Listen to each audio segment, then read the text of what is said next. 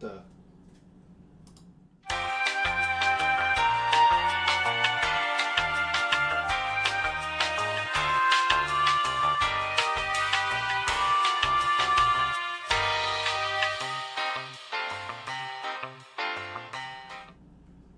What?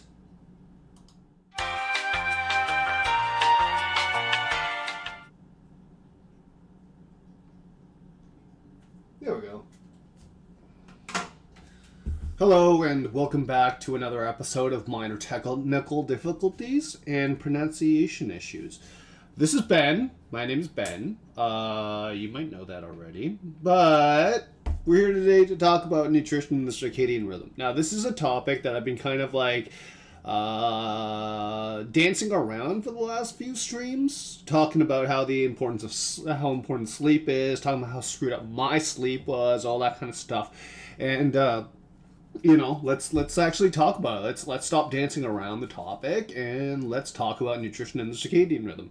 Now, first and foremost, on today's menu, we are making Hong Kong style pork chops and fried noodles. A very simple fried noodle dish, and that's what we're cooking today for tonight's dinner. So lock in for that. But the circadian rhythm. First of all, let's talk about the circadian rhythm and why it's important for nutrition. One of the most important things about nutrition is that people always assume that the food going in is being digested the same way. That's why when people are like, I don't understand what's happening. I'm reducing my calories by 500 calories per day and I'm not losing any weight. From a nutrition standpoint, I always ask them, I'm like, all right, what are your lifestyle factors? Like, starting with sleep being the most important one, especially for my athletes, but more important, like everyone, especially if you have like a weight management goal or any kind of chronic disease management goal. Sleep is the most important thing ever. Why? The reason why is because if your body's not well rested, it's not functioning properly. It does different things from a hormonal standpoint, especially, and it makes it worse if your nutrition, your food intake, is misaligned with what your circadian rhythm's goals are. Now, to be clear, there are just basically two sets of hormonal patterns in the day when we're talking about the circadian rhythm, right?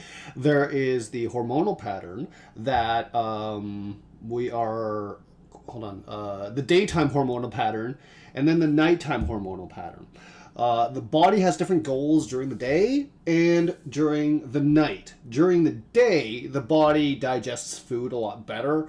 It tolerates carbohydrates a lot better, and it uses the food to do the majority of what we want it to do, assuming you're well rested. If it's not, then there's certain little asterisks, little considerations that we need to take care of. But at nighttime, the goals of the body are very, very different. It doesn't want to do as much digestion. It still will digest, obviously. It's not like you can't eat at night, but it doesn't want to do the exact same things that it does during the day. It doesn't do as much during the day than at nighttime, which is why, there's a lot of old wives' tales out there for meal timing and all that kind of stuff. And there's a lot of misinformation specifically regarding intermittent fasting nowadays, too. So, with that being said, and to define daytime versus nighttime, I'm not talking about the clock, like, 8 p.m., your body knows it's nighttime. It's really dependent on the UV exposure and the UV receptors in the eyes. So, for example, during the winter months, not to remind everyone that, winter comes in Canada and it kind of sucks, low-key sucks, but during the winter time, nighttime happens at like 5 to 6 p.m., right? That's a big challenge for a lot of different people because when they're about to eat dinner, roughly around like 6 to 8 p.m., around that time period, their bodies are being like, yo, what are you doing? Why are we eating this amount of food? This is misaligned, which is why a lot of people tend up actually gaining weight and having like blood sugar control issues if you have type 1 or type 2 diabetes during the wintertime. And this is reflected typically because during the wintertime, people living with diabetes have to use more insulin or use more medication, more metformin, more Ozempic, that kind of stuff to control their blood sugars, right? The reason why is largely because of circadian rhythm. So today we're going to talk more about why that is, and I'm going to start prepping up some of the stuff that I need to do for dinner tonight, which is Hong Kong pork chops, Hong Kong style pork chops with a fried noodle dish. Now, this is one of my favorite meals to eat in restaurant, in a Hong Kong diner. However, I've never tried to cook it at home. I watched a couple of videos earlier today from like Made with Lau. I love that guy. Check out his YouTube channel. He's an OG. He's a real one. And then the other person was Lucas Sin. I'm a really big fan of Lucas Sin's kind of cooking and all that kind of stuff. He celebrates a lot of Hong Kong Chinese style cooking and actually gives a lot of background information. Like, I didn't realize the recipe that I'm talking about today has, and this is gross, but it has roots from colonization in Hong Kong, right? When the British came to colonize Hong Kong, they, of course, brought a lot of their flavors over, which you'll see in the ingredient list later today when I'm making the sauce, the gravy, whatever you want to call it, reflected in the Worcestershire, I can't say that word properly, it's just terrible, Worcestershire sauce, as well as ketchup in the recipe. So we're going to do that a little bit later. I'm going to start kind of prepping up stuff while talking about nutrition and the circadian rhythm really, really quickly. But, you know, that's primarily it, which is why, like, there's a lot of very straightforward questions and answers and all that kind of stuff for certain topics. And then there are other things that are a little bit less subtle. So let's get into it. Get my chopping board out. I'm cooking Chinese food, so I'm going to use my cleaver. This thing is pretty badass. I like it a lot. We're doing that. And I have this defrosted, this bad boy, defrosted last night, this boneless pork loin. And we're going to cook a big portion of it. We're also going to save a lot of it too, so, you know, because I live alone, I can't be cooking that much food up. Otherwise, I'll get bored of the same thing over and over again. But, you know, you do what you do. It is what it is. So, that's what we're doing today. Oh, crap. Ah! Awesome, awesome. Okay. Now, why am I cooking this pork tenderloin or pork loin? Because it's one of the most economical cuts of meat right now, and things are really, really, really bad financially for everybody. So I wanted to find recipes that are a little bit more financially approachable and all that kind of stuff to share with y'all, and then to also like demystify a lot of misinformation about Chinese food and Chinese cooking and all that kind of stuff, because there's a lot of misinformation out there about Chinese food and all that kind of stuff, right? And that pisses me off because it's one of the healthiest foods, in my opinion, and one of the tastiest foods. And, you know, it's not fair that it has the rap that it does, but hey, what are you going to do with all these racist kind of people talking about Chinese food? And what I mean by that is, if you look at the history of the New York Times and their kind of reporting on Chinese food, they're not very, very friendly when it comes to that regard, and they haven't really been doing much, but either way, it is what it is. We're going to cut this up right now into little, probably like half-inch slabs first, and we're going to start tenderizing them down. And we need to do that because the pork loin is such a lean cut of meat that really it's going to be like gummy and really not that tasty from a texture standpoint if we don't do this, if we don't tenderize it. Now, there's two different ways of tenderizing. There's chemical tenderization and then there's mechanical tenderization. An example of like chemical would be, for example, baking soda, being used in the marinade and all that kind of stuff. And the example is mechanical is what I'm going to do in a little bit, which is basically pound it out and make sure it's got some loosening up of the muscle fibers and all that kind of stuff. So, how much am I going to cook? That's the biggest thing right now. Because this is a huge honking thing of meat. I want to be able to cook enough so that, I don't have to cook for a few days. And I think this is going to be the last one. Okay. So this is the last pork chop. Okay. Everything else I'm going to put back in the freezer and refreeze it. All that kind of stuff. But, yeah.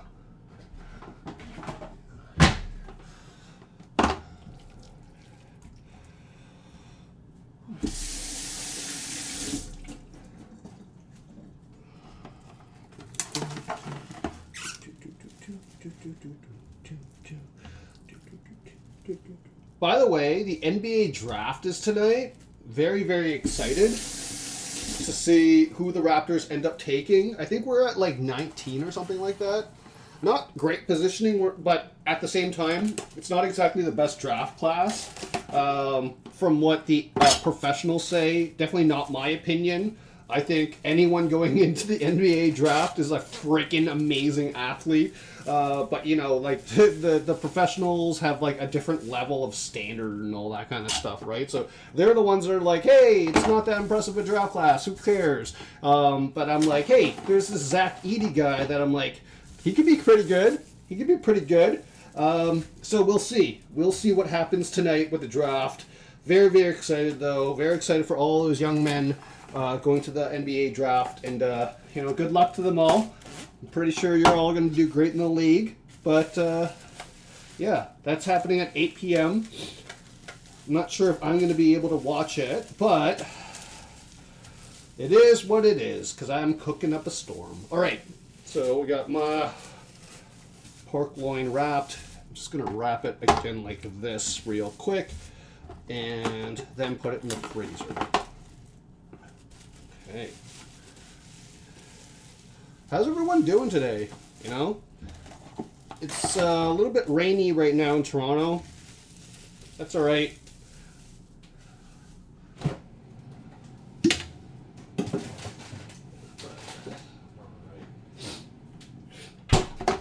It's going in there. That's looking good.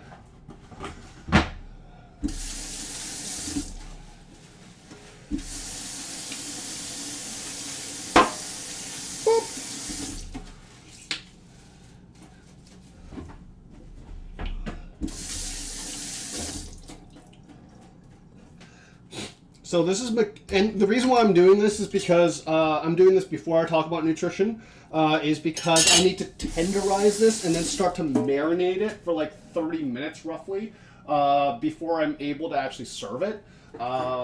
Start cooking it.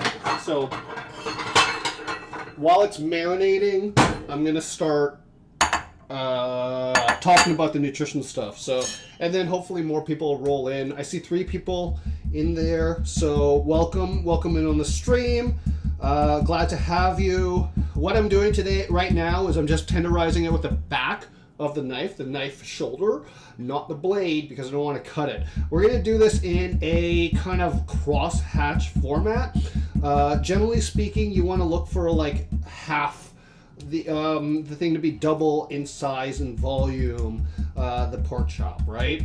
Because that's when you'll know it's nice and tenderized. Plus, this also helps the marinade catch on a little bit better. So that's pretty cool. But we'll see what happens. Woo. All right.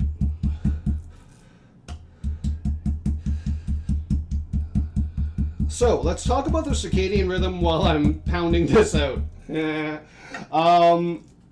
Okay. Circadian rhythm. Circadian rhythm, like I said earlier, is the hormonal patterns that happen between daytime and nighttime in the body. Now, during the daytime, there's a different set of hormonal goals than there is during the nighttime for the body.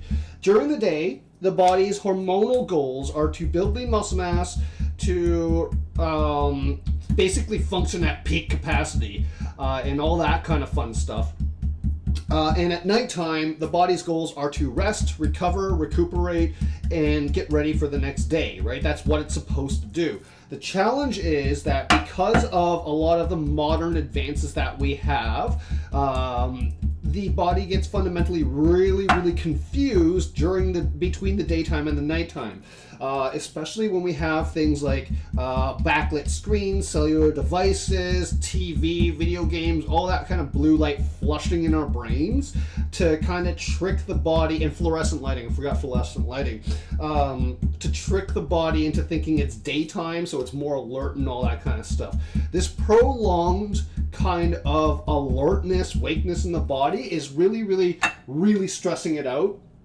And this is quite clear when we look at kind of jobs with shift work, right? So right now I have a couple of new clients that are shift workers. One's a cop, one's a nurse, all that kind of stuff. And they're kind of like looking to me for advice on how to manage their nutrition, how to manage their weight, all that kind of stuff. So that's why I'm like, all right, let's do the circadian rhythm kind of stream, because I think that's going to be very interesting. And then they can refer back to it when they're like on their, when there's not a lot going on in their wards or in their districts or whatever it is that they're doing. So the challenge ultimately ends up being, for people that aren't shift workers, it ends up being the goals are pretty straightforward, to basically repeat the same patterns kind of every single day, and that should be enough. But when you're doing shift work and you have transitions and you all that kind of stuff, it gets really challenging because your body's trying to do one thing, but then the area, the environment is kind of stimulating it to do another. So for example, if you're coming off of a night shift, you're obviously sleeping in until sometime in the afternoon or something like that, right? So what do you end up eating? How do you end up eating? How does that end up shifting your schedule and all that kind of stuff? We'll talk about that in a little bit. But going back to the daytime goals and the nighttime goals. So the daytime goals for the body are to build and repair and basically function at peak capacity. That's why it's always the best advice to work out during the day, not at nighttime. And what I will always say to people, because I used to be a personal trainer too, and I will answer this question for them, is when they're like, well, what if I can't work out during the day? Then I'm like, okay, well, switch up the level of intensity at nighttime for your workouts. It's not optimal, but it's a way of kind of meeting those goals. So for example, decreasing the level of intensity at nighttime workouts so that they're more like yoga based or Pilates or something. Pilates is hardcore, that's a bad example, but because it's not like anaerobic and like getting your heart rate going and the lactic acid going and all that kind of stuff, it's low. Your body perceives it as a lower level of intensity. Not that it actually is, but it's just how it's perceived. Your body doesn't perceive it as like basically the stress hormonal response, right? And so the more intense physical activity, you really want to be doing it earlier in the day. So for a lot of athletes, especially my younger athletes in varsity and all that kind of stuff, they're like, why do we have to do practice so early in the morning? I'm like, well, that's because your body's going to get the most out of that practice. And it does suck because, you know, a lot of young people, including a lot of young athletes, they like to stay awake at night because a lot of their social activities are happening at nighttime. And that's a problem because it does conflict with what the body's ultimate goals are. So for example, I got a couple of athletes going into varsity in swimming and like combat sports and all that kind of stuff this semester, and we had so many talks about how important sleep is in regards to meeting their nutritional goals. And this is important because a lot of the sports that I'm talking to these varsity athletes about is combat sports and like weight class sports. And this is very important because when you're doing a combat sport and a weight class sport, you have to really, really stay on top of your stress management, because there's so many different stressors in your life, and if you're not sleeping properly, then you're making the weight cut aspect of everything a lot more difficult to deal with. So with that being said, I had these conversations with them. They're not fun conversations, but I explained to them the nutritional science for why they have to do it and why they have to minimize the number of times that they're sleeping late or partying or whatever it is. I'm not here to control anyone's life, but I am here to enhance their life from an optimal standpoint, right? So if you're finding yourself having to work out late at night, well, the problem is, ideally, we're not working out too hard, we're not going out too hard, all that kind of stuff, right? Because the body doesn't physically respond well to that. And your muscles' growth patterns, they're still going to grow, but the chances are you're going to introduce a level of inflammation that triggers a stress response to increase fat content in the body too. So you get a stimulus to grow lean muscle mass, but also a stimulus to grow fat on top of that if you're working out too late and if your workouts are too intense too late. So try to reduce the level of intensity, because the challenge is when you're working out, you also need to eat properly afterwards and recover from that workout. So in that kind of situation, we want to make sure that you're adjusting your workouts if there's no other time. And this is very, very highly the case for a lot of my friends right now that are parents, and their kids are just being kids and newborns and all that kind of stuff. They're waking up at random hours in the night, they're crying, they're hungry, they pooped or whatever it is, and that impacts a parent's ability to get enough rest.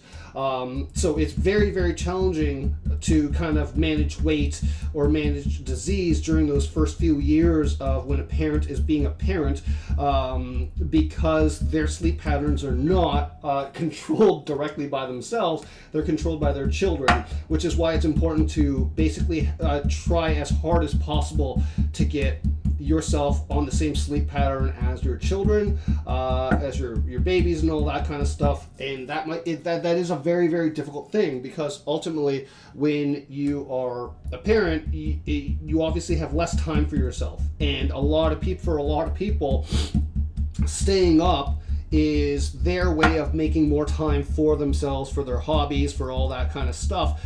And it's a challenge, because ultimately at the end of the day, you're impacting your own health, and you're making your risk of chronic disease go up. You're making all those kind of issues kind of worse if you're kind of doing that. So one thing I say to people, I'm like, look, I get it, but let's take a look at what days of the week are a little bit easier to kind of have that kind of pattern versus others, right? So in those kind of situations, I tell parents, I'm like, listen, it might be best to consider yourself kind of sleeping a little bit more, quote unquote, normally throughout the week, and then really just picking Friday and Saturday to be those days where you're rebelling and you're kind of staying up a little bit later, all that kind of stuff, so you can kind of have your cake and eat it too, which is not really the best expression from a dietitian, whatever.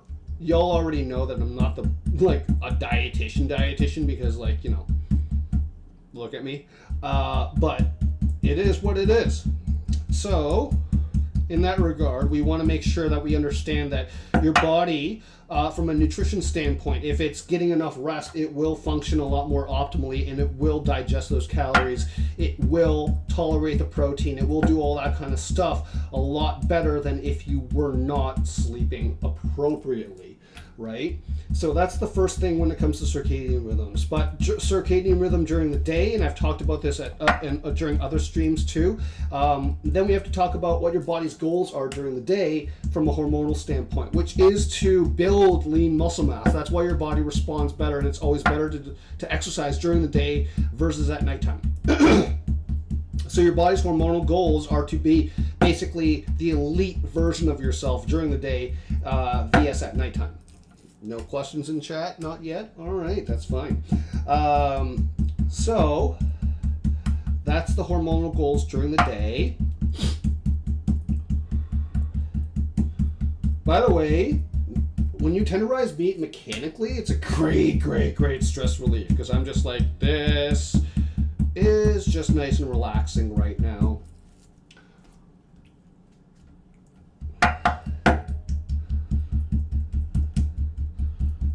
Now, at nighttime, your body's goals are to rest. It doesn't want to engage in as many organ system functions. It's trying to get ready to rest. It's trying to get ready for the evening. It's trying to rebuild everything and all that kind of stuff. So generally speaking, we kind of want to, your body from a video game standpoint, it's kind of nerfed at the end of the day. So, you know, that's important to know, because one thing I do highlight from a practical standpoint is to get people from breakfast eating a lot more calories, a lot more complete meal and all that kind of stuff. But in North America, the emphasis seems to be on dinner and, you know, like to eat bigger portions at dinner and all that kind of stuff, which is fundamentally mismatched to what the body really wants to do. When the body really wants to do just eat lighter meals at nighttime and, you know, eat a little bit less at nighttime, generally speaking, from a hormonal standpoint, from a circadian rhythm standpoint. So what I fundamentally get people to do if they cannot sleep properly is, if they can't sleep properly, is to try to get them to eat differently. Now,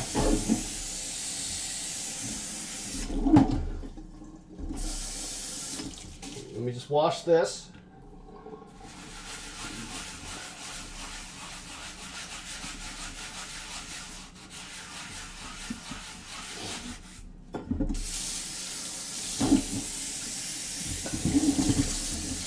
I'm going to use this cutting board in a little bit.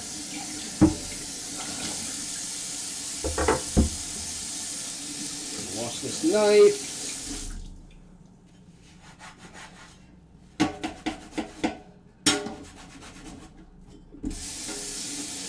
And, all right. Sweet. All right. Meat's tenderized. I'm going to start working on the marinade. It's basically going to be sitting in for like 30 minutes or so. I'm going to get my bowl out. We're going to use oyster sauce, soy sauce, and we're going to use some cornstarch. Yep. And we're going to use some dark soy sauce. Do I have some Shaoxing wine? Yes, I do.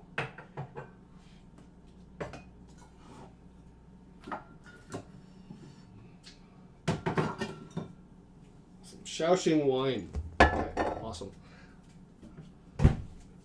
So, we are going to marinate with oyster sauce. About 2-3 tablespoons I'm going to use. I'm just saying 2-3 tablespoons. I actually am not measuring, obviously, because your boy is like that. 2-3 tablespoons of soy sauce. That's light soy sauce. I need the dark mushroom soy sauce too. The dark mushroom soy sauce, just a little bit less of this. And then I'm gonna have some cornstarch. This is gonna come back in a little bit, but key item in a lot of Chinese cooking is cornstarch for thickening reasons and texture and all that kind of stuff. They'll come back, and then we also have a little bit of sugar. Okay. Just gonna take a whisk that all up, make it a nice little slurry.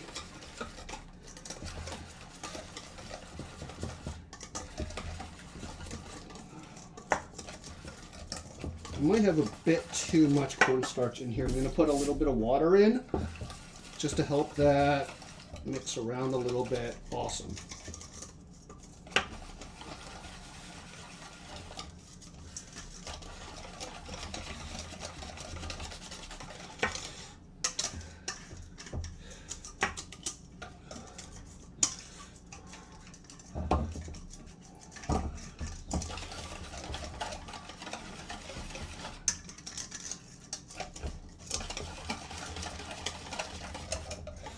Oh yeah, and a little bit of Shaoxing wine. I'm gonna put this in.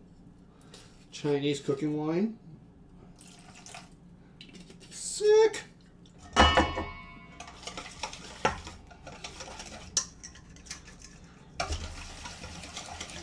Okay, everything's combined in the nice little slurry there. And these ingredients are going to come back, so, you know, we're not leaving them anywhere. We're just going to put all the pork chops in. Just going to let that marinade up, mix up a little bit. Ooh, I forgot the black pepper. I'll get that in a little bit. Hold on. But I'm going to put some black pepper in here too. But we're going to put all the pork chop in. We're going to get everything nice and coated. And we're going to let it sit there for about like 30 minutes or so. Now, the big thing is you can do this overnight, and it's preferable that you do. But I didn't plan ahead early enough. I was just like, let's just defrost this, and then like we'll cook it tomorrow. And then, you know, I watched those videos, and they're like, marinate it for like a minimum of 30 minutes. Ideally overnight. And, you know, your boy has some ADHD issues. Didn't plan that out well enough. That's okay, because, you know, I would love to be one of those guys that's just like, hey, and I've got this batch marinating in the fridge, and then have like a whole bunch of food that I have to cook up for myself. But basically, there it is.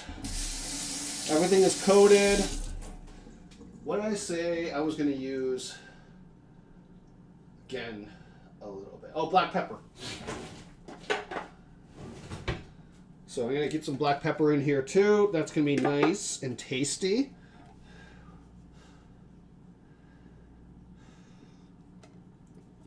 I need to get some more. That's okay. Okay, mix that up. Marinate that. Let's sit. We're going to start chopping up some other stuff too. I think I needed to put some garlic and some ginger in there. So I'm just going to chop that up real quick too and get back to talking about the circadian rhythm. Where's my garlic?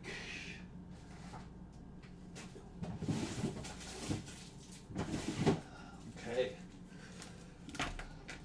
So, garlic right here. And we got some ginger.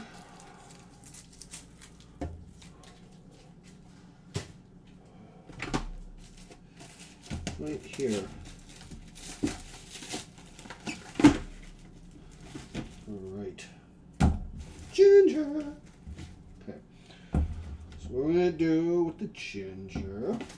That's a lot of ginger, actually.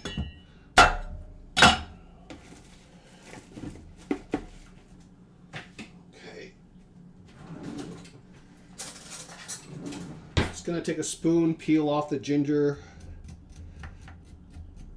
root stuff on the top. I don't want that in the actual food. I want the meat of the ginger.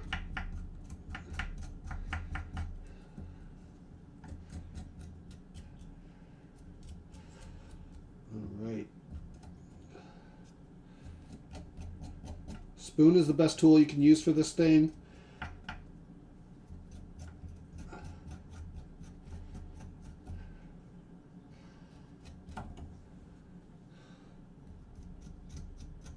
Okay, that's one nub, and that's the other.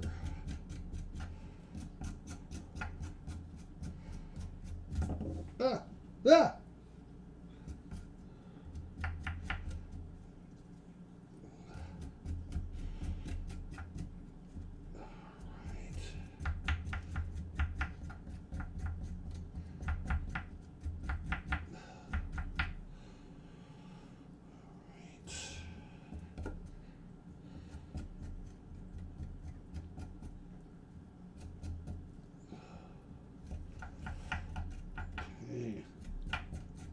So, generally speaking, when I see circadian rhythm issues with clients, and they're eating properly, but they're eating like everything good on paper from a nutrition standpoint. I need to take a look at their meal timings, how their nutrition distribution is, and all that kind of stuff, right? The most unpopular thing I'm going to tell you all is that if you want a healthier lifestyle, generally speaking, you want your breakfast to be healthier than your dinner. And when I say healthier, I don't mean like, oh, like, oh, I shouldn't have said healthier. But generally speaking, you want more nutrition at dinner time, at breakfast, than you do at dinner time. Why is that? Now, the reason why is because your body, generally speaking, will digest and tolerate and utilize that nutrition better during the day than at nighttime. Now, this really depends on multiple different factors, but ultimately we're talking about breakfast and a meal timing perspective. This is also applicable to people that have shift work, for example, that wake up at like 2 p.m. in the middle of the day because they're coming off of a night shift or they're getting ready for another night shift. So what time do they eat? Well, rule of thumb, generally speaking, is eat breakfast within an hour or two of waking up.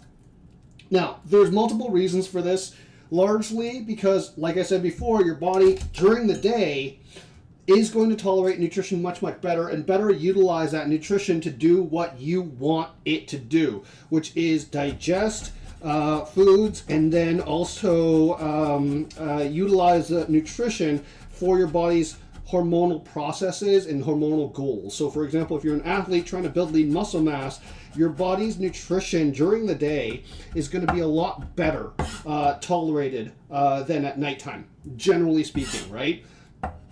Now, so breakfast or meal one within an hour or two of waking up. And generally speaking, you want your nutrition quality to be better at breakfast than at nighttime. So you're having more micronutrients, you're having more fiber, you're having more protein, you're having all that kind of stuff, which is a challenge for a lot of North Americans because let's be honest, breakfast from a North American standpoint is kind of cheeks. Because what ends up happening is that the majority of breakfast items are only refined carbohydrate products, which is not great, specifically for multiple reasons. Largely, if you didn't sleep too well, your body's hormones are going to over digest. It's not going to tolerate carbohydrates. It's going to digest carbohydrates too well if you didn't sleep properly. Which, coming off a night shift, that's usually the case. You didn't sleep properly. There's a lot of different things that we can do to get you to sleep properly. For example, like blindfolds, sleeping blindfolds, like blackout blindfolds, blackout curtains, a cooler environment to sleep in, because like hot environments, your body does not sleep as well. So generally speaking, it's better to sleep a little bit colder than it is to sleep warm. So that's something that you can do if you're working night shift and all that kind of stuff. All right, so we got some ginger and some garlic going in with the marinade. We're going to use this a little bit later. Just going to go ahead and mix this around. And we're going to let those flavors kind of really sink in and seep into the meat before we kind of do our thing a little bit later, which is, of course, pan fry it, because that's all we really need. It's going to be very simple, and we're just going to use my cast iron for that, or we're going to use the Dutch oven I have. Either way, something heavy bottom, something that's going to retain heat a little bit better. That's what we're going to use.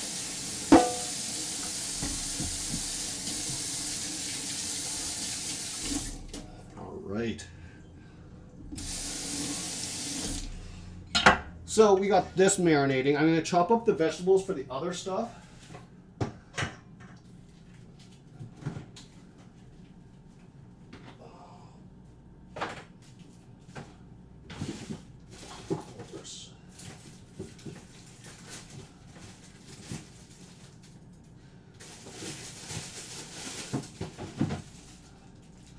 So for the rest of the meal, the vegetables, we got the bok choy,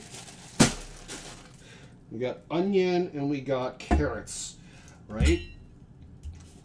So, like I was talking about earlier, during the day, you want to make sure that, generally speaking, you're eating a little bit more. During breakfast time, you're trying to have as much nutrition as possible, right? Which is a real challenge for a lot of North Americans, largely because breakfast in North America is a disaster piece, as far as I'm concerned. Generally speaking, there's not a lot of nutrition happening at breakfast. And what I mean by that is not a lack of calories. There's definitely a lot of calories happening at breakfast. But, but there's not a lot of nutrition. Not a lot of vitamins, not a lot of minerals, not a lot of fiber, dietary fiber, all that kind of stuff, right? Which is the problem, because your body wants those things in the morning. It wants those things during the day. It's going to be able to tolerate everything a little bit better. It's going to be able to utilize those things a little bit better and, use it better during the day. The challenge I find with a lot of breakfast options for a lot of North Americans is that it's usually the biggest culprit is that there's not enough protein and there's not enough vitamins, minerals, and nutrition. So usually when there is enough protein, there's not enough vitamins or fiber. But generally speaking, the biggest issue I see with breakfast is that it's just purely carbohydrate most of the time, right? This is typically found in like cereals, granolas, all that kind of stuff. Usually doesn't work out too well for people when they do that. So that's why you kind of see like midday crashes for a lot of people. And they're kind of, I'll ask a lot of people about their nutrition, what their day looks like from an energy level standpoint, and they'll go like, yeah, I'm having a lot of energy issues during the day, and I have these crashes and energy crashes and all that kind of stuff. And lo and behold, I'll always see in their nutrition kind of 24-hour recall a lot of carbohydrates first thing in the morning. So things like overnight oats. I don't love overnight oats. Got to be honest with y'all. Don't love them. And the reason why is because I get that they're fast, they're easy, but they don't have enough nutrition. Specifically, they don't have enough protein in it, but they have too much carbohydrate. Is there fiber? Yes, absolutely. Is it a good choice for a lot of people from a practical standpoint? Absolutely. But it is lacking. It needs more protein, and I think it's time for people to start looking at overnight oats as a part of your breakfast as opposed to the whole breakfast itself, which is a challenge for a lot of people. I get that, because in the morning, usually people are very, very rushed in the morning, right? They want things fast, they want things easy, and for a lot of people, there's no appetite in the morning. There just is not, and I can get that. I fully understand why that is. So that's why I always look at different kind of options. I try to think outside the box for a lot of breakfast recommendations, focusing on protein, but more importantly, focusing on a lot more vitamins, minerals, and nutrients, which is why like breakfast smoothies to me are like top tier. I think they're really, really good because it's hard to get people to eat physical food, but it's easier to get people to eat smoothies and liquids and stuff like that. So, getting people to eat more vegetables in the morning is generally what I try to do from a circadian rhythm standpoint, because it usually rewards them with better energy levels throughout the entire day. And that's what we do. And of course, getting people to eat vegetables in the morning, not exactly easy. A lot of people don't do it unless they're at brunch. And I get that, like brunch, there's a lot more growing, like, hey, instead of home fries, we're going to get like a side salad and all that. Big fan of that for multiple different reasons.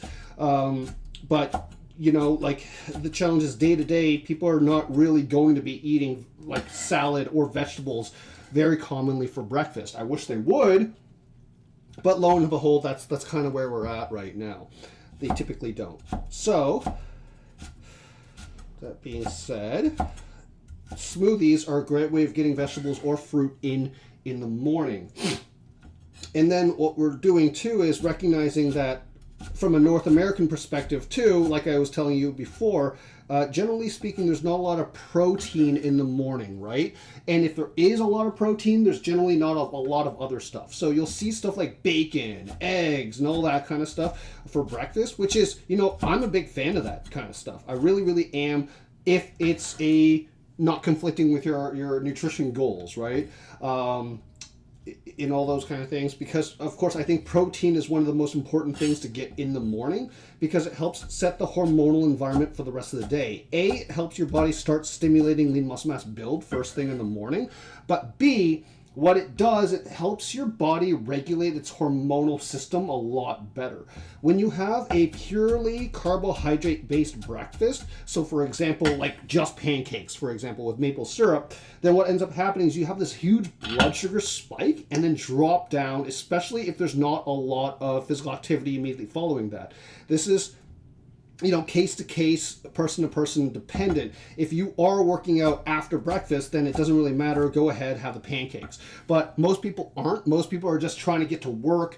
Most people are like, you know, all that kind of stuff. They're not really going to the gym first thing in the morning. So the challenge ends up being, what is the first thing that you're doing after you wake up? Are you very, very active? Or are you just rushing and trying to get to work on time for your commute and all that kind of stuff, right?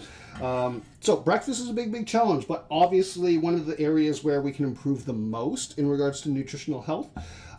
So try to find ways that you can increase more vegetables or more protein at your breakfast, because from a hormonal standpoint, the more protein you get earlier in the day, the better off your body's going to be able to tolerate nutrition for the rest of the day.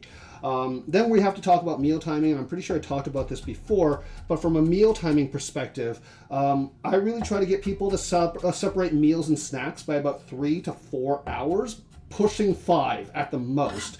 And the reason why is because if you can get protein in your system every 3 to 4 hours, what ends up happening is your body typically will end up stimulating lean muscle mass build through the hormonal pathways of muscle protein synthesis. So your body's going to be building lean muscle mass a lot better if you eat protein more regularly throughout the day, which is a challenge for a lot of people, because a lot of people will have next to no, in North America, will have next to no protein at breakfast, and then start to have a little bit of protein at lunch. But ultimately, in my opinion, a lot of people restrict too many calories, restrict too much nutrition at lunch when they should be eating a lot more. And then they overeat their calories, overeat everything at dinner time. And the reason why this is because if you're undereating at breakfast and lunch, then you're forcing your body to overeat at dinner time. That's your body functioning properly, right? So keep that in mind. Your body's goal is to try to keep you alive and try to survive. And if you're doing things suboptimally, like eating at the wrong time of the day and all that kind of stuff, then your body's not going to reward you with what you want it to do. It's going to reward it with what it's going to do what it wants to do, which is survive in that kind of scenario, in that kind of situation. So try to get yourself hormonally eating more nutrition throughout the day versus at nighttime, because a lot of people, especially in North America, what they'll like be able to do is eat. Because there's many reasons for this too, right? They want to eat with their family. They want, and dinner time is socially more of a thing that happens at nighttime. So, you know, generally speaking, from a purely health standpoint, I actually try to get people to have smaller dinners and bigger lunches throughout the day for their health. Because this ends up being a lot better tolerated in their body and all that kind of stuff. So now what I'm going to do is start to get to work on the noodles by boiling some water.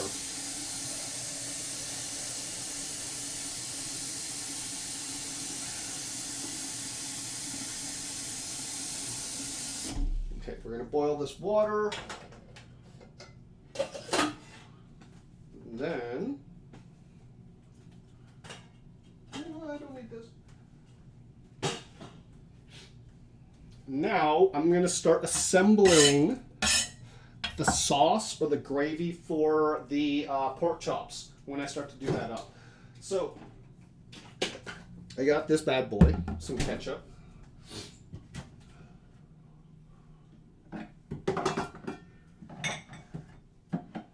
Worcestershire sauce, my dark soy sauce again, and this with Shaoxing wine a little bit later. We'll talk about that a little bit. But yeah, that's what we're going to use. Okay.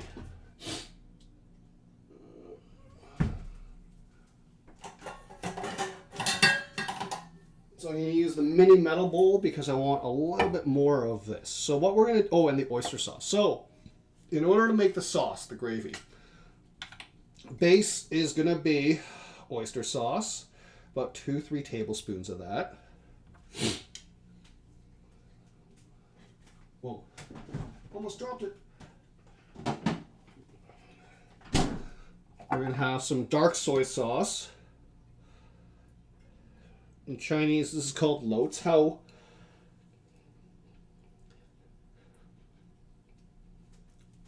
Gives a darker caramel flavor in everything, you know, all that kind of stuff. We have some regular soy sauce.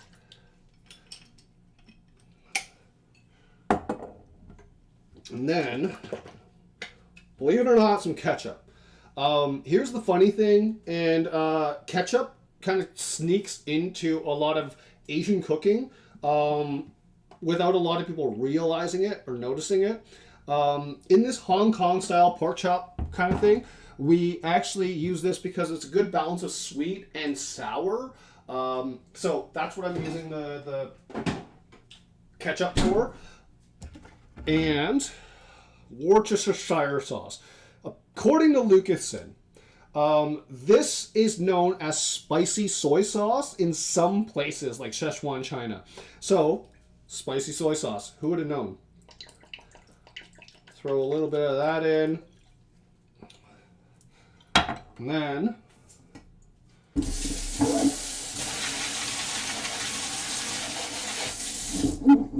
just going to mix that up.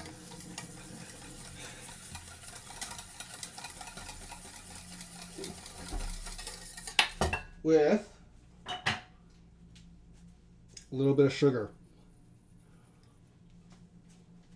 We don't need salt in here because the soy sauce is going to give us that salt enough. But we are going to bring back the another bowl with the cornstarch and make a slurry with it. Now, here it is, cornstarch. Now, why are we doing the slurry? The slurry, generally speaking, is to help thicken up the sauces that we're going to cook, kind of make it a thicker kind of gravy situation. And you can't just put cornstarch in cooking. You really want to open it up with like cold water because you don't want to cook it. You don't want to pre-thicken because the heat thickens it up. You want to put some cold water in. You want to mix that up so that it's not chunky.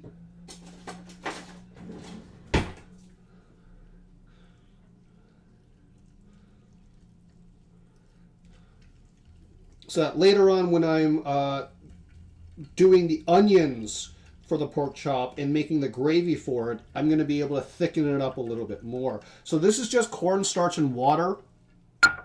We're going to let that sit. We're going to put this away.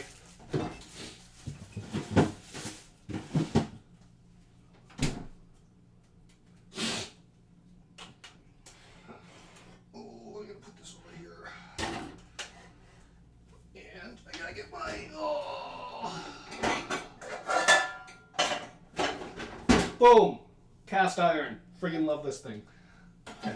So I'm going to put the cast iron there for now. And then we're going to use that. Yeah, we're good. We're good. Oh, okay.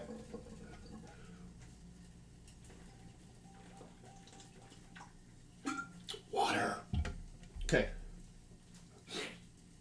So getting into circadian rhythm. Now, getting back into it. One of the biggest things is we have to be very, very aware of circadian rhythm patterns during the day and versus the night. Now, where's my black pepper?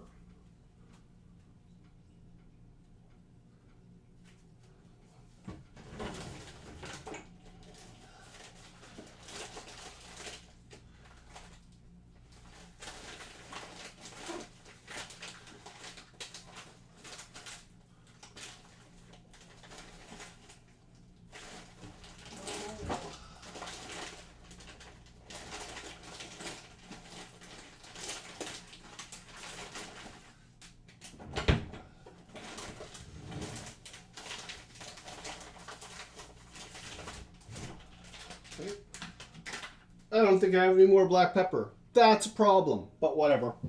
It's all right. I'm going to take another bowl, and this is going to be the mix for the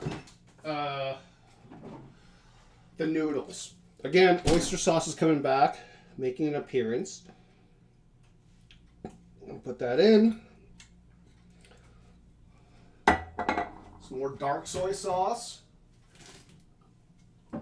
Another bottle of it right here ready to go, because your boy ain't a fool.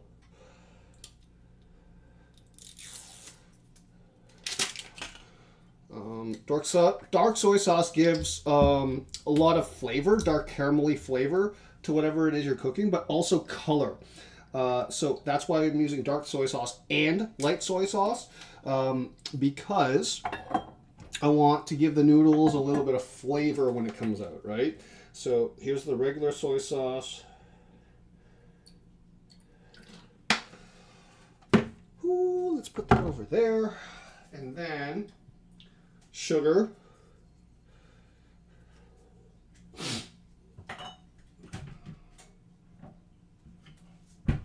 Sesame oil. Boom. That's good.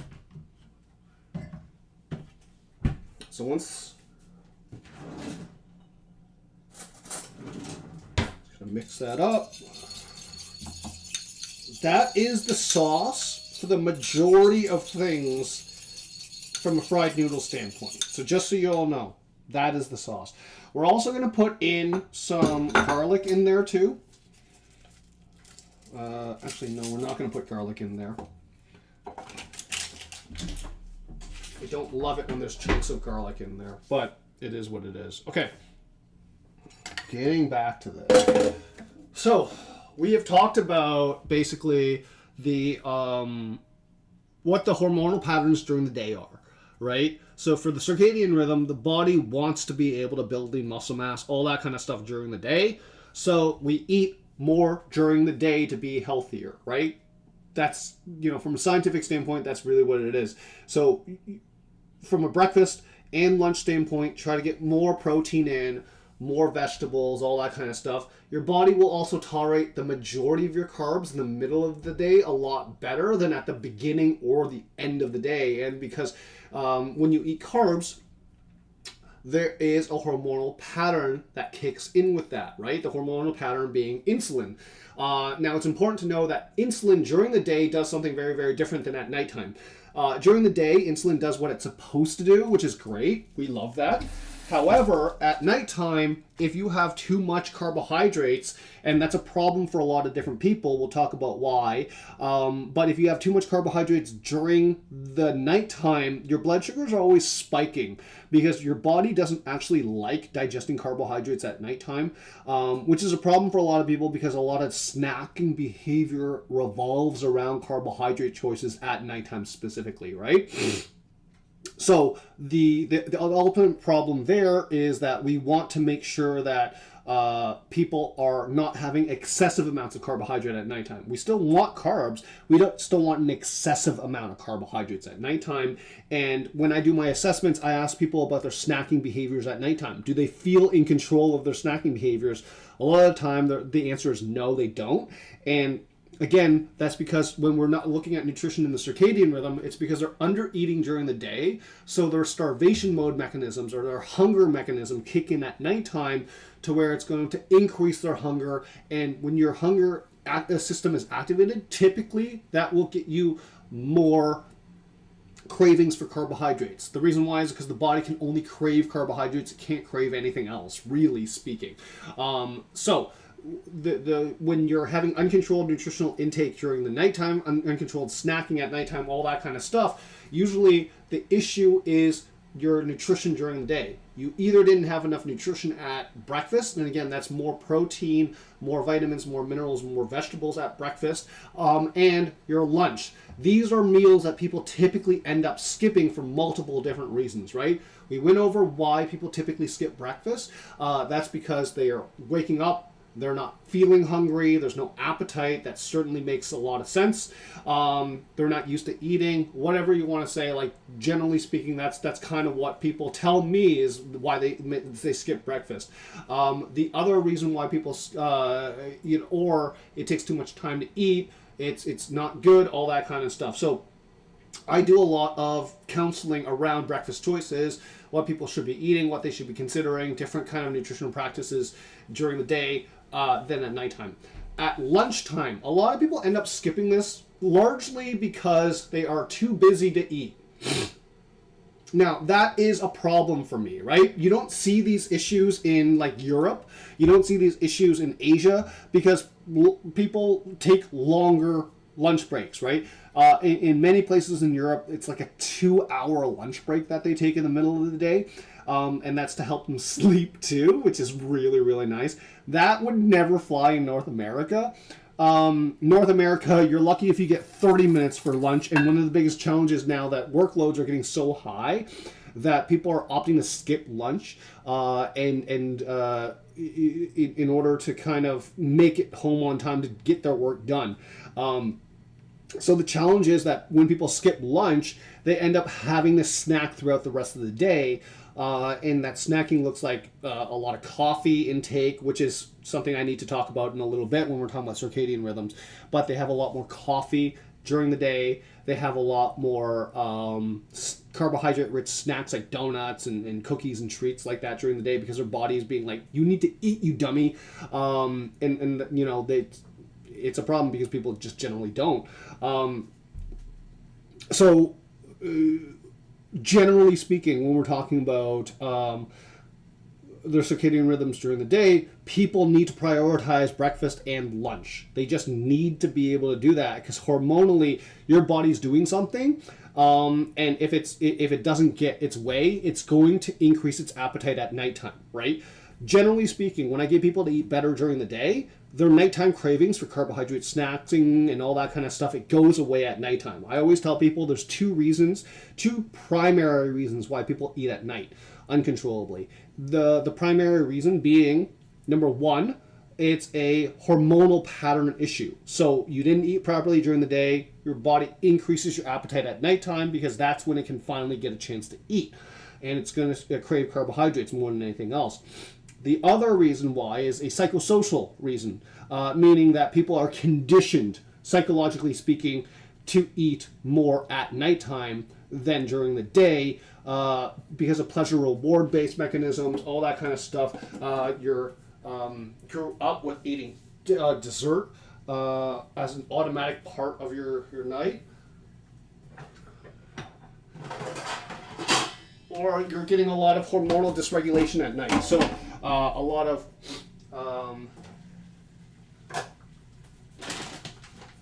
noodles. You're getting a lot more hormonal stimulation at nighttime than during the day. That could come from like TV, it could come from the dramas, murder documentaries. It can come from all those different sources that cause your hormonal system, your anxiety, all that kind of stuff to kind of up and down, up and down, up and down, which is not good at nighttime specifically, right?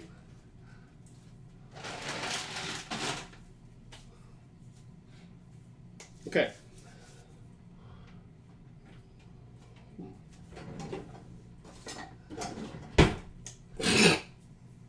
Oh, sorry about that. That was gross. Okay, sweet. All right.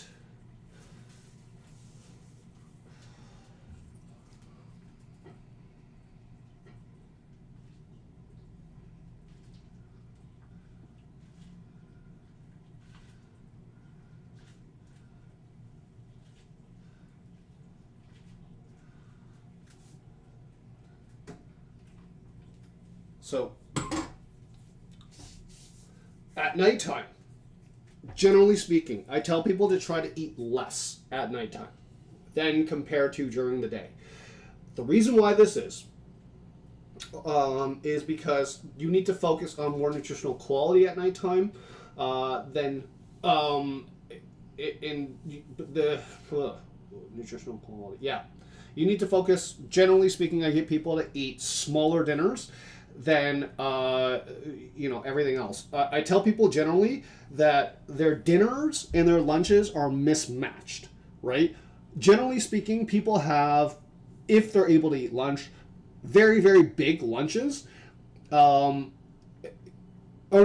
sorry, if they're able to eat lunch, they usually have very small lunches. Like, I see a lot of people, they tell me they eat salad and chicken at lunchtime. That should be dinner. To be perfectly honest, that should be dinner. You should have a little less carbohydrates, a lot more vegetables, a lot more protein at dinner time, for health reasons, okay? Not talking about, like, what you want. I'm talking about, like, scientifically, this is a nutrition thing. So your body will respond better to having less carbohydrates at nighttime, more vitamins, minerals, and nutrients and fiber coming from vegetables, and a lot more protein. So generally speaking, the people that eat salad and chicken during the day, they need to be doing that at dinner time from optimal health standpoint, and their lunchtime needs to have the higher carbohydrate. Now, there's a couple different ways to understand this. During the day, your brain is using more brain power from a working standpoint. It's actually randomly moving around a little bit better, like you're getting up from your desk, you're doing all these kind of random things. Your body is digesting and utilizing the carbohydrates better during the day. It's just that for societal reasons, let's say, or peer pressure reasons, whatever you want to call it, people will restrict themselves more at lunchtime than at dinner. And the reason why is largely because there's people around, there's people watching them, people that they don't feel comfortable around, right? This ends up being your coworkers, people that you don't know too much that'll make, like, backhanded comments about your food, yada yada, all that kind of stuff. People will do that. Generally speaking, they will do that. So people tend to restrict more at lunchtime, and just to avoid that shame and that guilt coming from other people. Than they will at dinner time, and then they'll end up overeating at dinner time, and that's not good. That's just not good from a nutritional standpoint. Okay.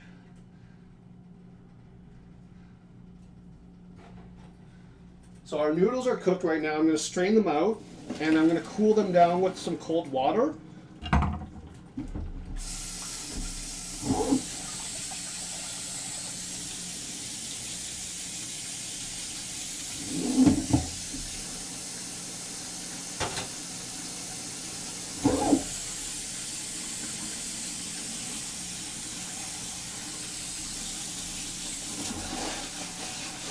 I want these noodles to stop cooking. So I'm going to pan fry them in a little bit. They're going to be nice and tasty in there. I don't want them to cook in here. These are cooked al dente a little bit, because I like a little bit of crunch, a little bit of bite in my noodles. So these are nice and cooled down. I'll let them strain, get the water out. Sweet. Noodles. And then I'm going to move everything over there, and then we're going to start to cook up the pork chops and all that kind of stuff. It's been roughly 30 minutes of me yammering, so let's start to cook. Turning that on medium heat. Move some of this stuff out of here.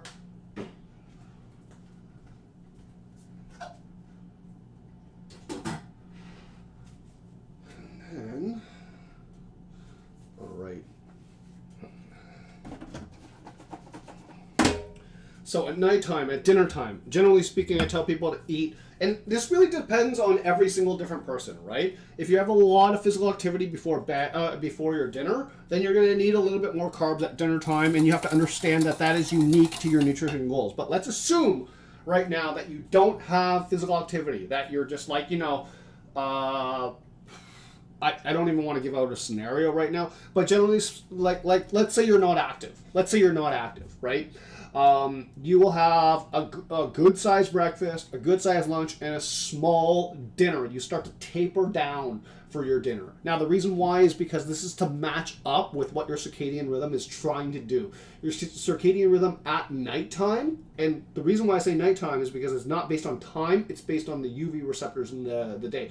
So seasonally, during the summertime, your anabolic window, your daytime goals are much, much longer than during the winter time, generally speaking, right? Specifically, using Canada as an example. That's why growth spurts, by the way, happen for kids during the summer, never during the winter. Like, if your kid is having a growth spurt during the winter, it's because you went away for a significant amount of time and got like a lot more sun exposure or something like that. I'm making humans sound like plants. Swear to God they're not, but it's just the idea of the UV receptors changing the circadian rhythm during the day to allow there to be more growth, more all that kind of stuff. And then if you're getting enough rest, your body will also grow at nighttime too. This is why there's growth spurts during the summer, not during the winter, right? It does sound like a plant, whatever. Let's say your body is kind of like a plant, sure. But either way, when we get to dinner time, generally speaking, and this is for the adult population, not the athletic population, I try to get people to actually cut out carbs at dinner time and focus more on vegetables and protein intake. This is largely because your body's going to tolerate these macronutrients much better and get into the rest sleep cycle a lot faster and start repairing things a lot better and all that kind of stuff, right? So, as a general rule of thumb, when it gets dark, you should be tapering down your food intake. Now, that's assuming you've eaten properly during the day, eaten properly at lunch, and then you're having a good-sized dinner, right? So, that is, and the reason why is because the body's nighttime circadian rhythm goals are different than the nighttime circadian rhythm goals. The body's digestive system and all those other basometabolic rate kind of things don't want to be as active at nighttime as during the day. So eat a little bit less, specifically targeting carbohydrates at nighttime, and things will generally start to improve. Now, I'm going to move everything over here because I'm going to start heating up stuff. I'm going to start cooking and all that kind of stuff. It's going to be fun.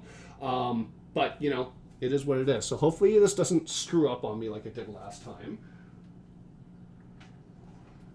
Okay, sweet.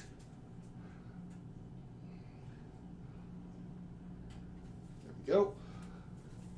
And moving the mic over.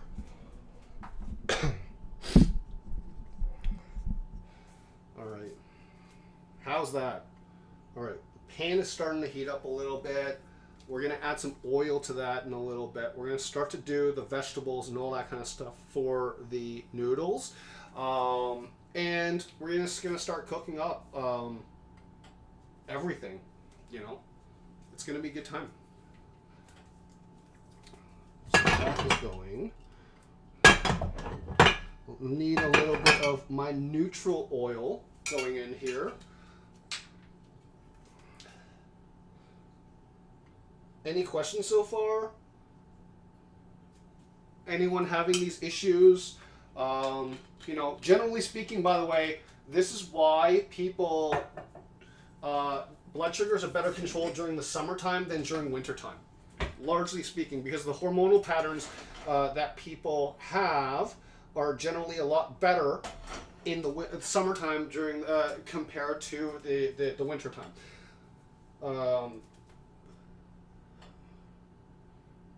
That's getting there. All right, sweet. So I'm gonna put this in. Something tells me I should have used the big boy over there instead of my cast iron, but whatever. We're cooking. We're experimenting. We're doing our thing. We're cooking today.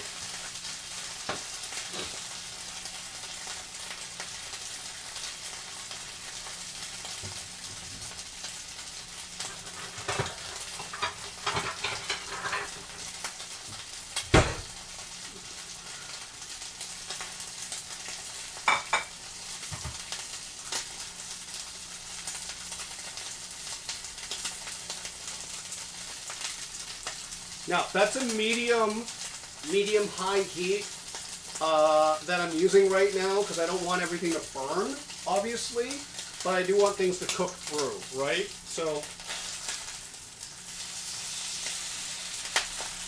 Give that a nice little flip.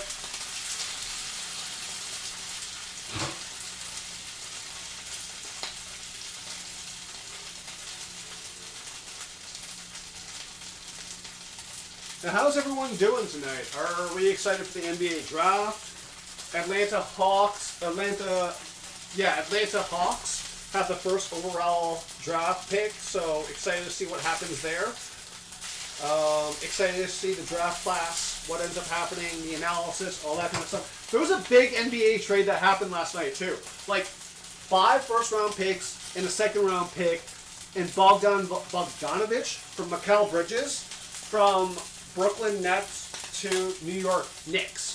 That's exciting. New York is going to be a force to reckon with very, very soon in the NBA. So really excited to see what New York does, especially because they ran so deep in the postseason this year. And I think like they're going to be building up something really, really big. OG Anunoby, former Raptor, is on the Knicks right now. Hopefully they get him, because I think a lot of what the Knicks have planned is dependent on OG's kind of re-signing with the team. So very, very important stuff. Very exciting stuff that's happening in the NBA right now.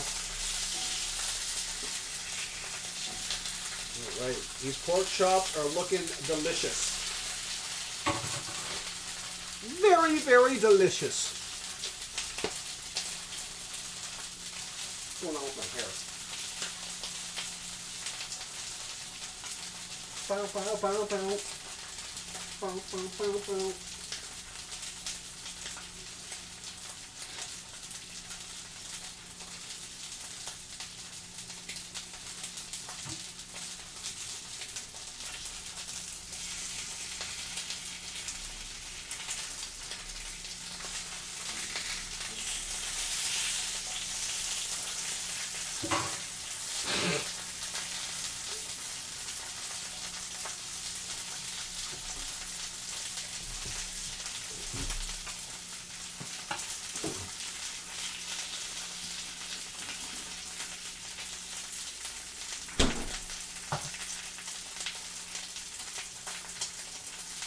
Now, for the noodles, I'm using Szechuan peppercorn because I want a little bit of kick, a little bit of spice to that. And I'm also adding laoganma, which is like chili oil, all that kind of stuff. Spicy chili crisp. Dave Chang, you did not get the rights to it. I'm glad you pulled back, but it sucks that you tried to do that in the first place.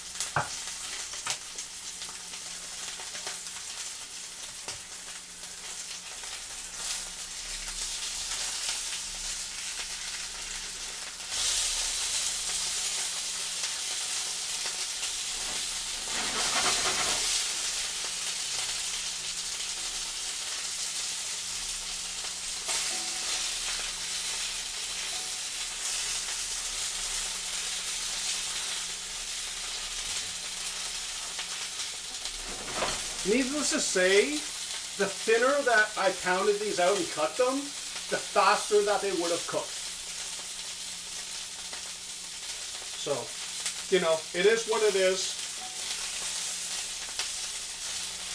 They're a little bit thick, but it's all right. I think these are okay right now. I'm going to pull these off. I'm going to put the next ones on.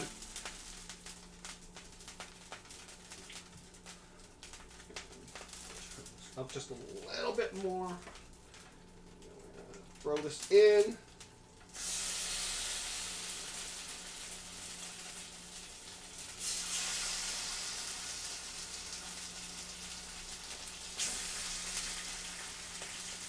All right. So while that's happening, I'm going to start to turn on the other pan, which, by the way, I got some steel wool and I cleaned that thing out. There was a lot of black crap just like stuck onto that, and I really, really got bothered with it. I was like, all right, I'm gonna clean it up. I'm gonna make it look nice, you know. So I did, and I'm scrubbing that thing for like friggin' an hour today just to get all that black crap off. But whatever, it is what it is. Good times.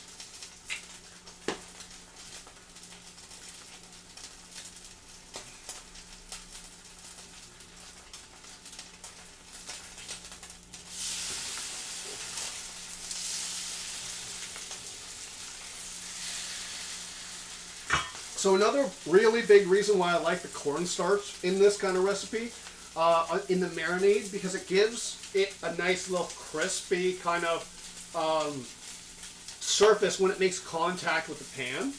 And it really, really keeps the juices in the meat, right?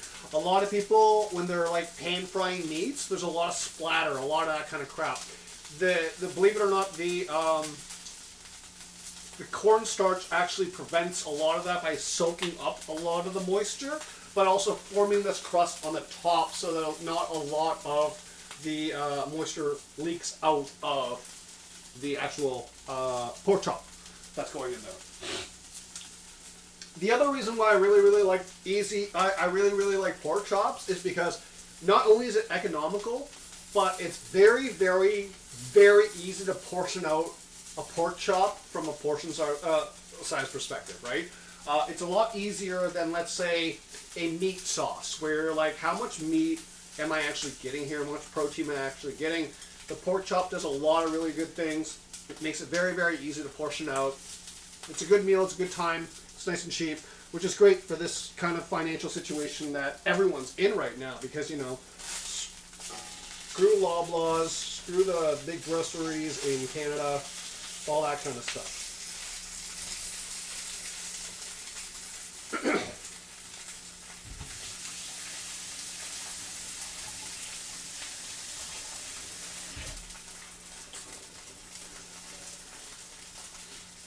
This smells amazing right now. I can't wait to actually get the onions in there. But right now, we are going to cook up the other vegetables, like the bok choy and all that kind of stuff. And we're just going to put that on the pan here, pan fry that.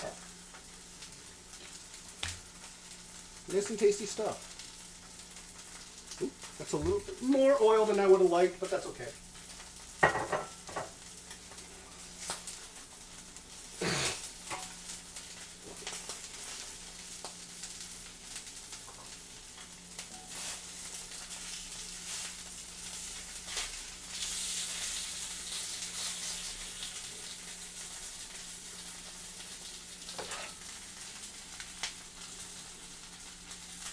So for pans, I really like stainless steel.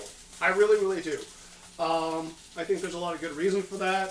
If you're good with controlling your heat and all that kind of stuff, it does not stick. But you know, a lot of people are just using non-stick stuff. I don't like non-stick because it's unreliable. Because I know if I buy a non-stick pan, eventually that coating is gonna like wear off, and it's going to just be scratched up and not reliable, and have to get a new one, which, you know, from an environmental standpoint, don't love that.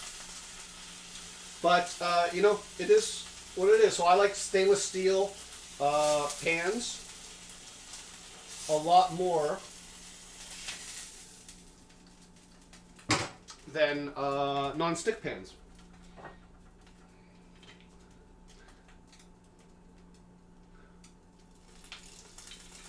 A little bit more in there.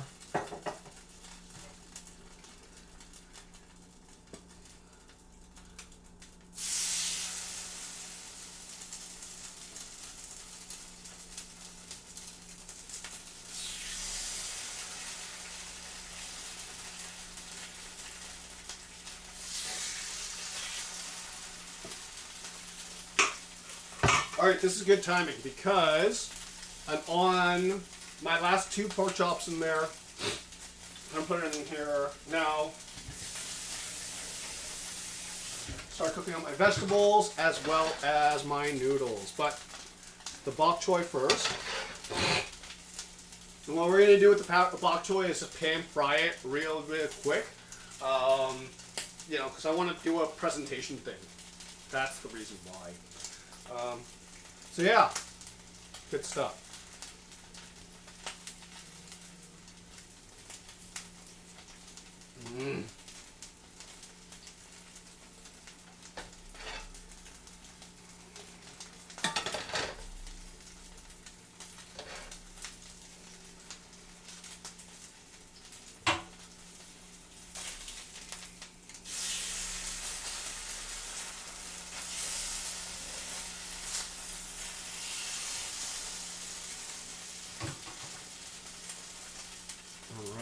That's looking good. So I'm going to take my vegetables now. Remember these guys from earlier? Just going to put the bok choy in like that.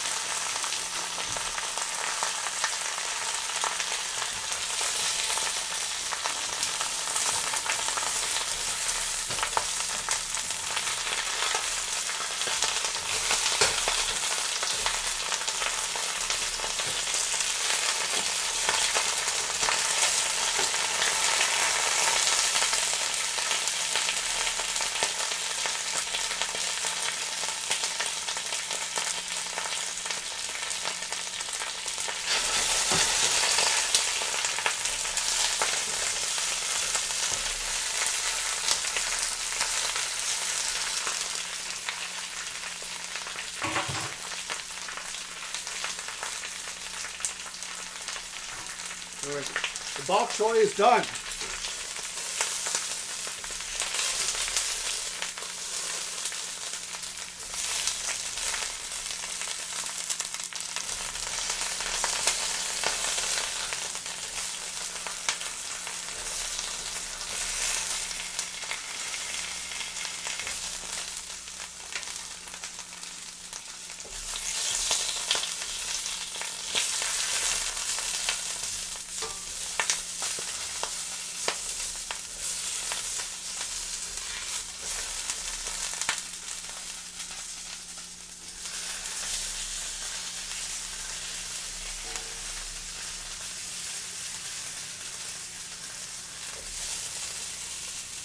Okay, bok choy is done.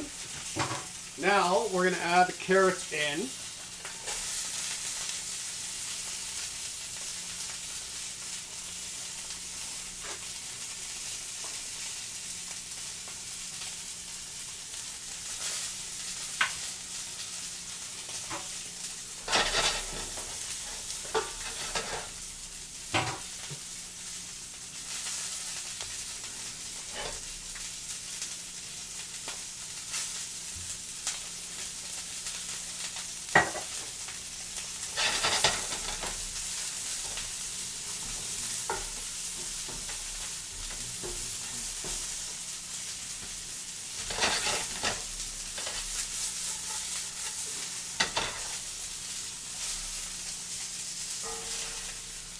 Looking good. Final set. The last few pork chops.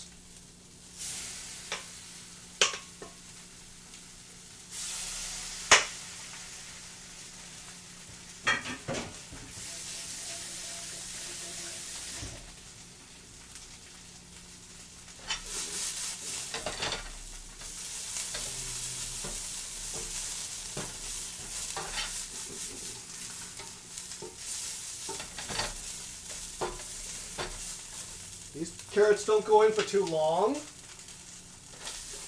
You just want them cooked a little bit.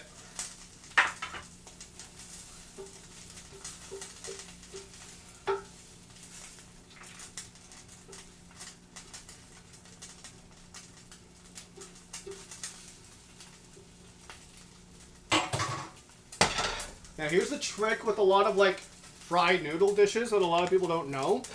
You want to put the sauce in first. So this is our sauce for the noodle, the pan-fried noodle. So what we're going to do is just put that in.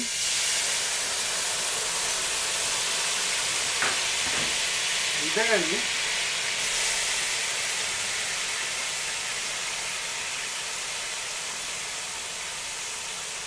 put in the actual noodle.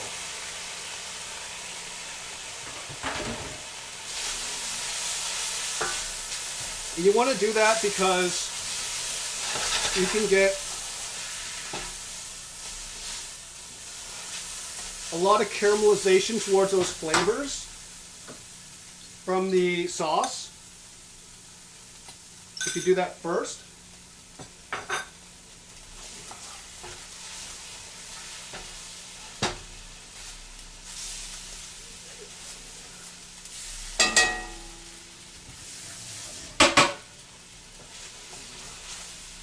Turn down the heat.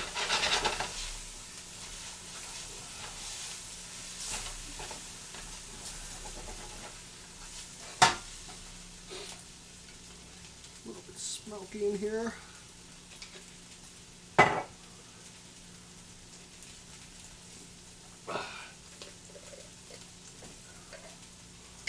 want that to have a little bit of kick, remember? So I'm putting some of the spicy oil in now, the chili crisp.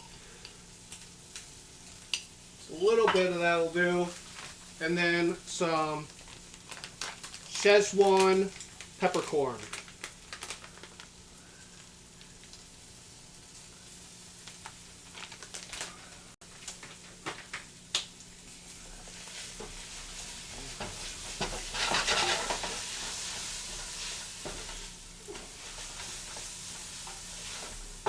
Oh yeah, that smells good. Looking a little bit light on this sauce there. Put the rest of it in because I'm going to put the carrots back in now.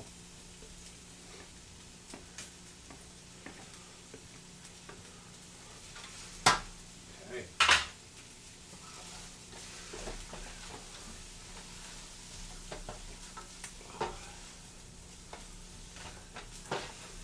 Beautiful. Okay. That's looking nice.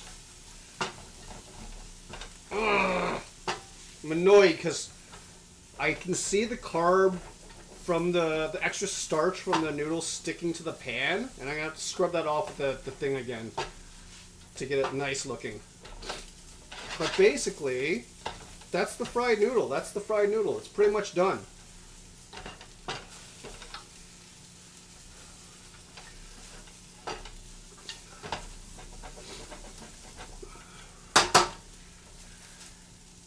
Alright, so that's done.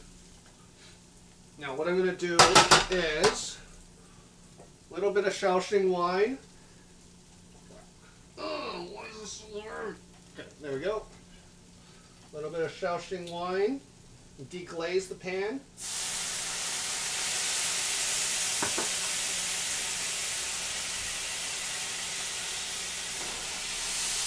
Get all that flavor. Then we're going to throw our onions in the mix. Now we're making our gravy.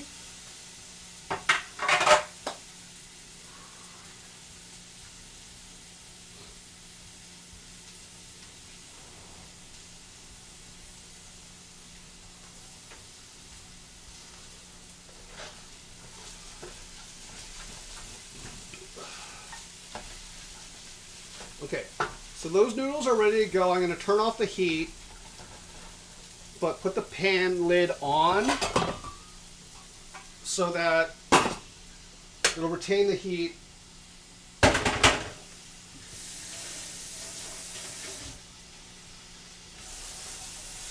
For the onions, we're not trying to caramelize them. We're not trying to do all that kind of stuff. We're just trying to get the flavor, but we're using now our sauce. So we're going to put that in. It's going to be like a little bit of a gravy. And I'm going to put in a little bit of chicken stock that I made over the weekend, because that's going to help thicken things up a little bit, give it a little bit more texture, give it a little bit more nutrition too, a little bit more collagen in the sauce. There's a gravy after all.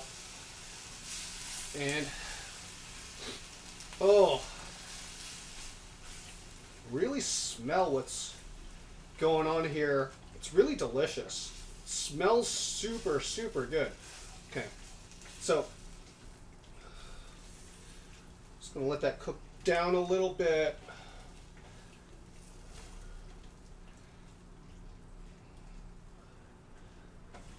So threw some Shaoxing wine in there, deglaze the pan. I'll let that cook up just a little bit more, and then we're gonna add the cornstarch in there. So remember our cornstarch slurry? This is how we're gonna get the sauce to thicken up for us to the texture that we want. So it's kind of like a gravy. So we're gonna put the Shaoxing wine back over here.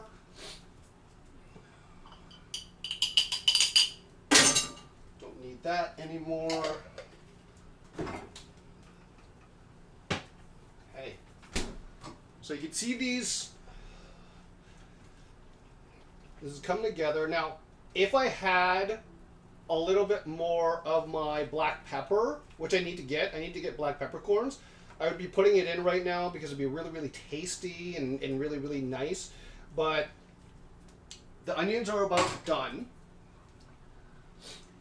What we're going to do is just throw some of this in, mix it all up. Remember, you could always add, you can never take away. So add in increments. And just know that the moment you start adding in, everything's going to be done pretty quickly. You want to get it to thicken up. There we go. Okay. That's done. All right. Beautiful. The Worcestershire sauce is really, it's got a pungent nose feeling right now. You can really, really smell it in the kitchen. And you're going to get a little bit of sweetness from the ketchup. But that's more or less done. So what we're going to do is basically coat the pork chops with it. And then we're going to plate up. So yeah. This is good. All right.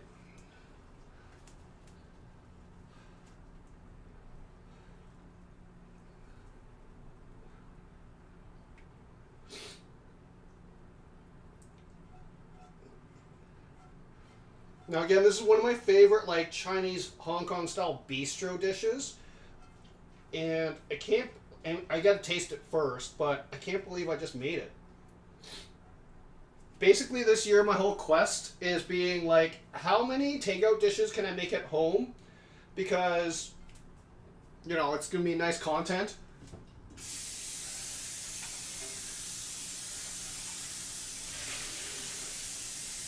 But at the same time, the more stuff I can cook at home, the more money I'm saving. I'm not sacrificing on flavor here whatsoever. So it's a nice win-win for me and to make content and all that kind of stuff. I'm going to move us back over here to plate up. Because, of course, that's one of the more important parts of cooking is presentation, right? So we're going to plate this up. This over here. Clean up just a little bit before moving everything back over.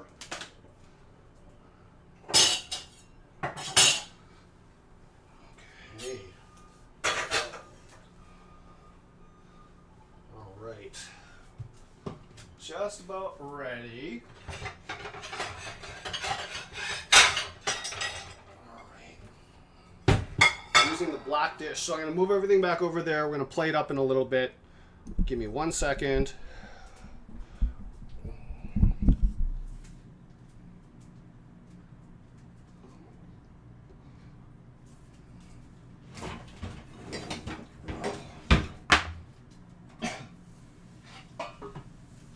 All right. Look at those noodles. Friggin' delicious. I can't wait. These noodles look so good, chat.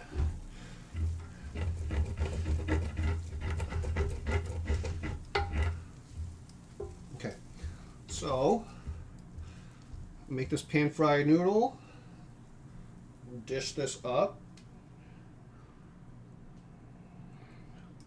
And like, here's the thing: you can serve this up with rice. I just actually don't like rice all that much, from a Chinese food perspective. And the reason why is because like, I think it's weird. Like, there's so much rice in our cooking, but so much of it is boring. It's boring rice. And what I mean by that is, it's largely white rice. And I don't like white rice. I want things to have flavor to it, right? So, you know, you get to this point where you're just like, all right, this is going to have a little bit of flavor. This is going to have more flavor. That's what we're going to do. So we have that. The rest of that is going to be nice and tasty. And then we have our bok choy from a presentation standpoint. All right.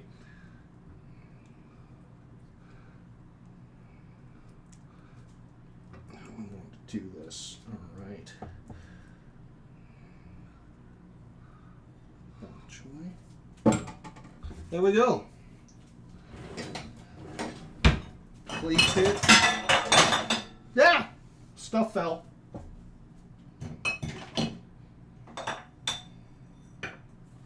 Alright. Let's look at this.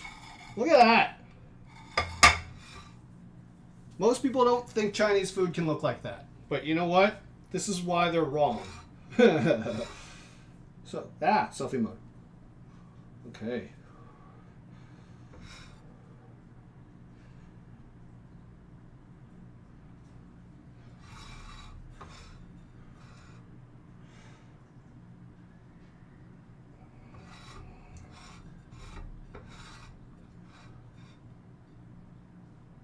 All right, so that is the dish, and very, very happy to have cooked that on stream. Let's take a bite. Let's take a few bites and see what happens. Is this as good as restaurant style? Okay. So, funny thing is, I need a fork and knife to cut into the pork chop because I didn't cut it up on the cutting board. But look at that. That's nice right there. You see that? Nice and beautifully cooked. Let's give that a try. Let's see what that tastes like.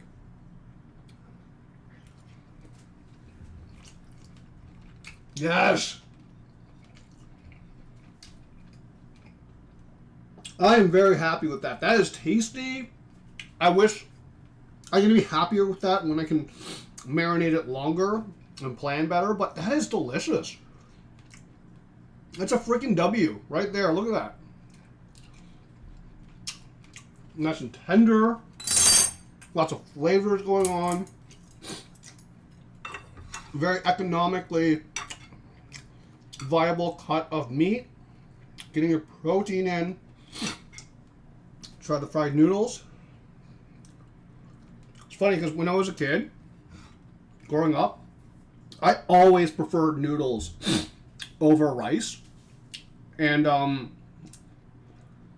my Chinese nickname growing up as a kid was Mean Wong, which meant like noodle emperor or something like that. But and the reason why, because noodles are always tasty, right? Rice is always plain and white. So I never liked rice growing up. It was what we ate most of the time. This pork dish could go really, really well with rice because it's got that sauce. It's got all that flavor in it. It would be amazing with rice because it would be able to soak in all that kind of flavor and all that kind of sauce. But for the most part, I wanted noodles because I'm an adult and I get to do what I want. So let's try these out. Mmm.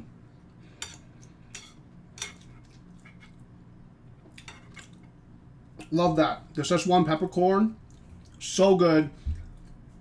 Adds a different kind of spice to the dish.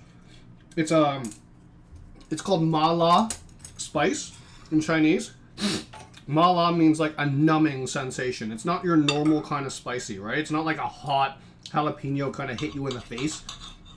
Spicy, it is a type of spicy that is more numbing to your senses.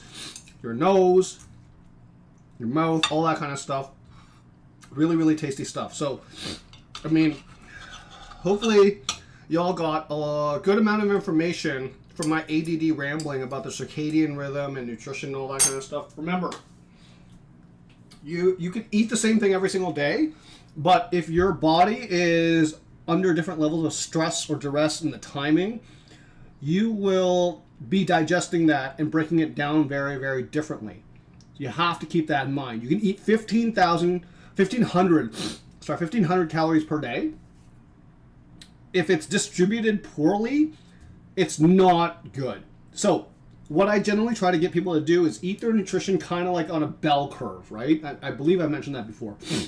What that means is basically have a bell curve from a carbohydrate standpoint. So not as much carbohydrates in the morning, increasing during lunchtime, and then tapering off for dinner time and all that kind of stuff, right? Bell curve distribution for carbs.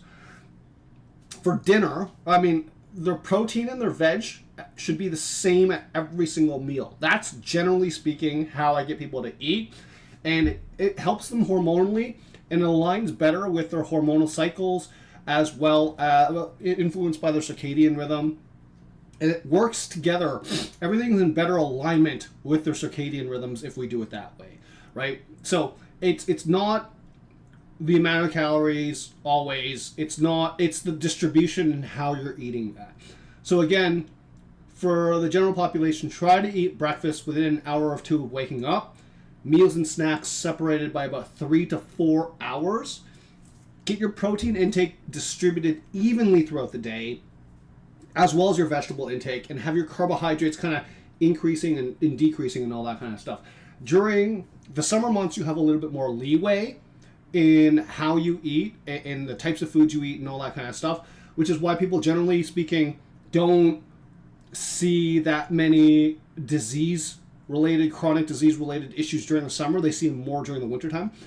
And generally speaking, there is better tolerance to increased calories during the summertime than during the wintertime. Now, a lot of that is related to other factors too, like during the summer, it's higher heat, higher body temperatures, increase your rate of metabolism, burning calories and all that kind of stuff.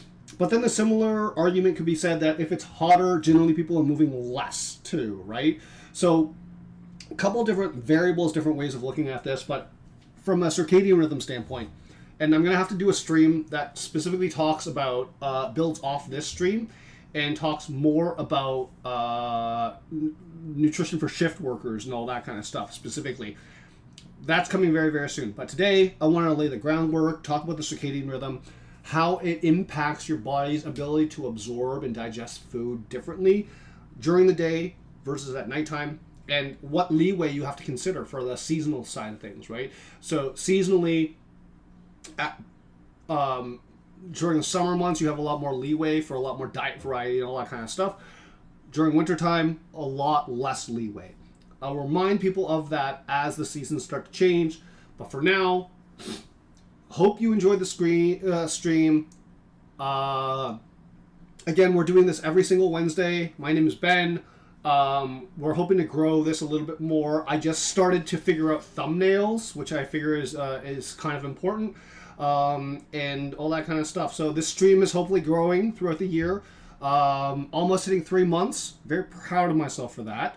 And you know what? Right now, I'm just happy to be doing this. Hopefully sometime in the future we can have streams that are a little bit more targeted towards what other people want. I have a couple ideas in mind and all that kind of stuff. But for now, playing those cards close to the chest. For now, I'm just trying to get comfortable being on camera again, doing media work again, and all that kind of stuff. So if you liked today's video, please hit like, please hit subscribe down below, hit the notification icon, all that good jazz. You know the YouTube spiel. And I will see you next time. But for now, I'm going to finish eating my dinner. And this pork chop recipe was a huge, huge, huge success. I am a big fan of it. I'm going to be doing this again. And You know, it's going to be good because, oh god, this is just such a good, tasty, tasty pork recipe. I wish I cut it up a little bit beforehand because it doesn't make sense like this. But it is what it is. Anyways, please hit like, please hit subscribe, do all that kind of stuff. It is close to 8 o'clock, so I'm going to go watch the NBA draft right now. We're going to see who goes first overall. And, yeah. Very excited to see who the Raptors pick tonight because, of course, go Raptors. Thanks, Joe. Thanks, buddy. I'm going to have to cook this for you one day. But, yeah. Either way, please hit like, please subscribe. Thank you all for watching.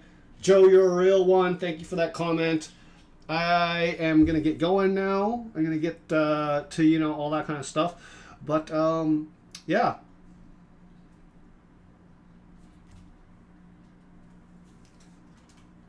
Bye!